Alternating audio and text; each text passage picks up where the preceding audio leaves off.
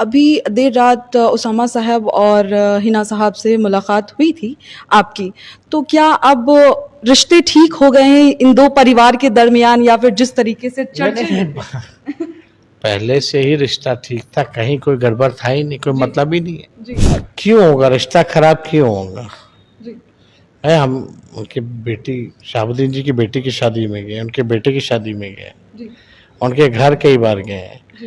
कोई मतलब ही नहीं है। लॉर्ड्स ऑफ थिंग जो विपक्ष की तरफ से आ रही है कि अब एम वाई समीकरण में एम खत्म होता हुआ नजर आ रहा है, क्या वाकई में ये सच है या ये अफवाहें हैं? कुछ लोग हैं जिनको पछता नहीं है, वो इस तरह का अफवाह मार्केट में फैलाते रहते हैं। मिलते रहते हैं, ऐसी कोई बात नहीं, बातचीत होती रहती है, सबकी बातचीत होती रहती है, मुलाकात यही तो समझने की बात जी है। जी जी कहीं कोई कंफ्यूजन था नहीं, सब एवरीथिंग इज फाइन। और हम मानते हैं कि देश की आज़ादी के लिए सभी लोगों ने कुर्बानियां दी हैं, चाहे हिंदू मुस्लिम सिख ईसाई, हर किसी का योगदान रहा है, केवल आरएसएस और भाजपाइयों के।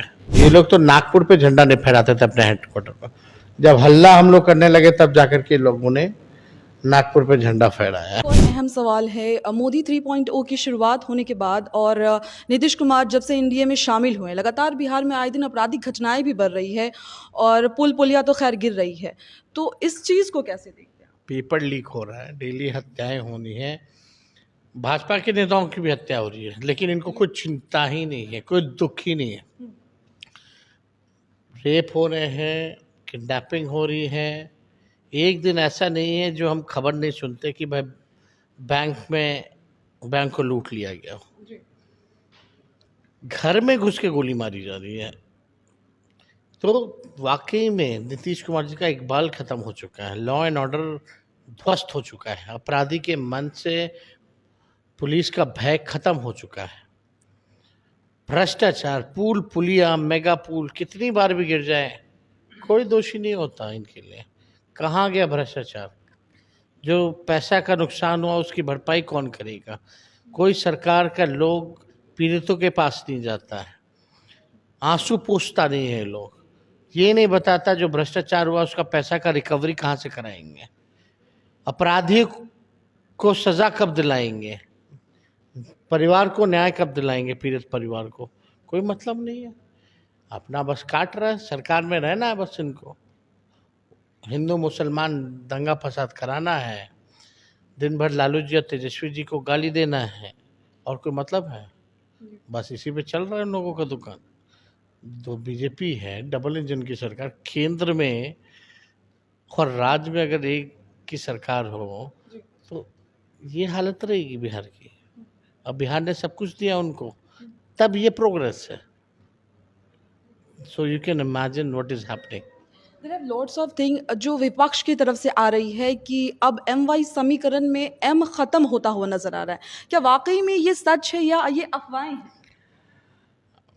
तो दिन भर हमको क्यों गाली देते हो, पार्टी को क्यों गाली देते हो? जब अपना सरकार में तो हम नहीं है, जी लेकिन गाली तो विपक्ष के लोगों को दी जा रही है। जी अरे ऐसे ऐसे लोग आ गए हैं राजनीति में, तो हमेशा जब भी चुनाव आता है तो बीजेपी एक्सपेरिमेंट करती है, जी अपने ब्रोकर को बुला करके, डीलर लोग को बुला करके खड़ा कर देते हैं लोग कि भाई आओ कुछ करो। खुद के बलबूते पे तो होता नहीं है कुछ, पीछे से इन लोगों को प्लांट किया जाता है। जो भी ब्रोकर हैं, जो भी इनके डीलर सब हैं, ये बिहार है। और बिहार इसीलिए तो बिहार में आज तक बीजेपी अपने बलबूते सरकार नहीं बना पाई, क्योंकि बिहार जो है समाजवादियों का गढ़ रहा है, समाजवादी पृष्ठधारा की, उससे तो तीसरे नंबर वाले को मुख्यमंत्री बनाया जाता है। क्यों नहीं बीजेपी बनाते हैं? बताए कौन होगा बीजेपी का मुख्यमंत्री का candidate? They don't have they should answer. One. अभी वक्फ बोर्ड का मामला सर लगातार तुल पकड़ रहा है, और जिस तरीके से अल्पसंख्यक या मुसलमानों की बात कर ले, तो क्या वाकई में ये मुसलमान बीच में अटक गए, कोई इनका रहनुमा नहीं है? ऐसी बात नहीं है।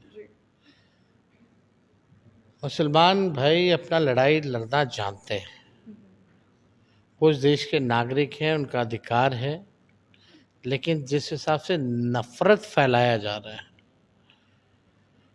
जहर बोया जा रहा है समाज में, सत्ता में बैठे लोग ये काम कर रहे हैं, और हम लोग हर सवाल पे उनके साथ खड़े हैं। और हम मानते हैं कि देश की आज़ादी के लिए सभी लोगों ने कुर्बानियाँ दी हैं, चाहे हिंदू, मुस्लिम, सिख, ईसाई, हर किसी का योगदान रहा है, केवल आरएसएस और भाजपाइयों के। ये लोग तो नागपुर पे झंडा नहीं फहराते थे अपने हेडक्वार्टर पर। जब हल्ला हम लोग करने लगे तब जाकर के लोगों ने नागपुर पे झंडा फहराया। क्यों नहीं फहराते थे? तो ये लोग तो संविधान को मानते नहीं, ये लोग लोकतंत्र को नहीं मानते। ये जो डाइवर्सिटी ऑफ आवर कंट्री, यही खूबसूरती है, इसको ये नहीं मानते डाइवर्सिटी को। अलग भाषा, अलग रंग, अलग खान पान, दिखने में सब लोग अलग हैं, अलग अलग जात के, अलग अलग धर्म की, ये तो खूबसूरती है ना अपने देश की। तभी तो ये देश महान कहलाता है।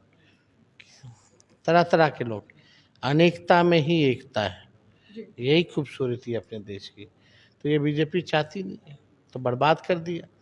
रेल बेच दिया, सेल बेच दिया, बेल बेच दिया, सब कुछ बेच देगा, प्राइवेटाइज कर देगा। आज क्या स्थिति है, बर्बाद कर दिया इन्होंने। सर एक आखिरी सवाल है, if you want give answer then it's fine, otherwise no issue sir.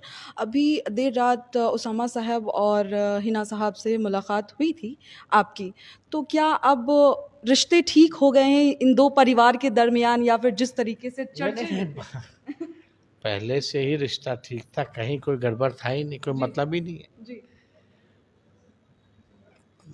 क्यों होगा रिश्ता खराब, क्यों होगा? जी है, हम उनकी बेटी शहाबुद्दीन जी की बेटी की शादी में गए, उनके बेटे की शादी में गए, जी उनके घर कई बार गए हैं, जी कोई मतलब ही नहीं है। कुछ लोगों को, कुछ लोग हैं जिनको पछता नहीं है, वो इस तरह का अफवाह मार्केट में फैलाते रहते हैं। मिलते रहते हैं, ऐसी कोई बात नहीं, बातचीत होती रहती है, सबकी बातचीत होती रहती है। इस मुलाकात से ये चीज़ें क्लियर हो गई सर। नहीं नहीं, मुलाकात यही तो समझने की बात जी है, जी जी कहीं कोई कंफ्यूजन था नहीं, सब एवरीथिंग इज फाइन।